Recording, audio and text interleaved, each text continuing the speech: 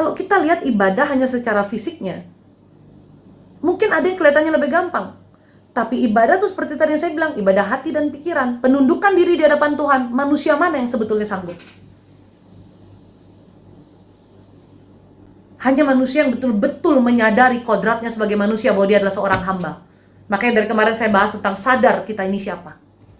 Sadar bahwa diri ini yang harus kita fokusin dengan kesadaran bahwa kita tuh hamba. Kalau kita sadar kita seorang hamba, maka ibadah itu bukan suatu kepaksaan untuk kita, tapi suatu kesadaran dan suatu keinginan kita harus melakukan ibadah kita di depan Tuhan. Menjaga hati itu bukan suatu paksaan, bukan sesuatu yang kita tidak mau lakukan tapi orang lain paksa. Tapi menjaga hati itu adalah suatu kesadaran bahwa kita nih hamba Tuhan yang serupa dengan Tuhan, sehingga hati kita harus dibersihkan untuk ada rupa Tuhan itu dalam kita.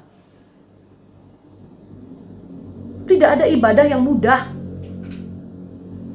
karena ibadah yang Tuhan mau adalah penundukan diri, taat sama kehendak Tuhan, ya kan? Karena itu agama itu ada tuntunannya. Tuntunan itulah kalau kamu lakukan itu, kamu artinya tunduk dan taat. Yang larangannya ya jangan dilakukan. Mana siapa sekarang bilang mudah? Untuk kita ini ngikutin Tuhan itu sulit. Tapi kalau ibadah hanya sebatas pengetahuan kita, ibadah yang fisik saja, ya memang mungkin ada kelihatan lebih gampang, lebih gini, lebih gitu. Tapi sebetulnya ibadah yang kamu maksud nih ibadah apa? Sesungguhnya ibadah yang sesungguhnya itu adalah ibadah kita di hadapan Tuhan itu dari penundukan kita itu. Makanya makanya saya bilang sama orang, mau kamu tidur di gereja, mau kau tidur di masjid, mau kau tidur di pura, mau kau tidur di wihara, kalau hatimu tidak tunduk sama Tuhan, kau tidak lakukan perintah Tuhan, tidak ada gunanya.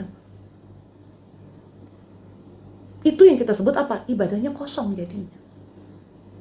Karena ibadah hanya fisik. Sedangkan poin utama orang beriman adalah penundukan diri yang penuh tentang kehendak Tuhan. Ya sekarang nerima kehendak Tuhan aja nggak bisa kok. Kenapa aku hidup begini Tuhan? Kenapa suamiku begini Tuhan? Kenapa anakku begini Tuhan? Kenapa pekerjaanku begini begitu? Pokoknya hidupmu begini begitu, kagak ada rasa syukurnya. Itu aja sudah bertentangan dengan firman Tuhan. Disuruh bersyukur. Dengan Anda tidak menerima kondisi hidup Anda, berarti Anda sudah tidak tunduk kepada Tuhan.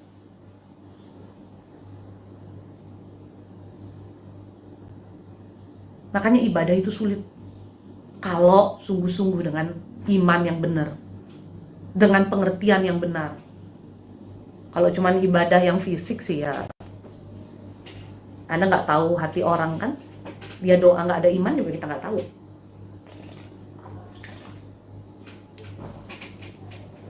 Dia di gereja tapi dia menghakimi orang lain, kita nggak tahu juga.